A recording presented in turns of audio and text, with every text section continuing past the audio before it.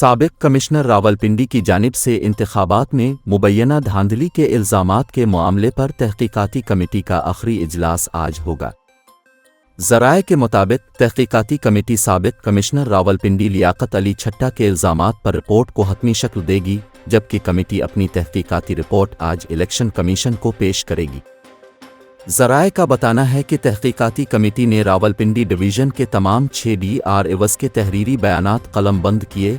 Committee ने Rawalpindi division में कौमी असम्बली के 13 और सूबाई असम्बली के 26 रिटर्निंग अफसरान के बयानात कलमबंद किए। ये तमाम बयानात रिपोर्ट का हिस्सा होंगे।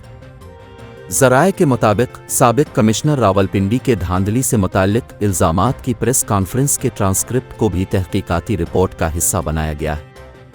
याद रहे कि चंद रोज़ कबल साबिक कमिश्नर रावलपिंडी लियाकत चट्टा ने 8 फरवरी को होने वाले आम इंतखाबात में बेज़ाब्तगियों का एतराफ़ करते हुए मुस्तफ़ी होने का ऐलान किया था।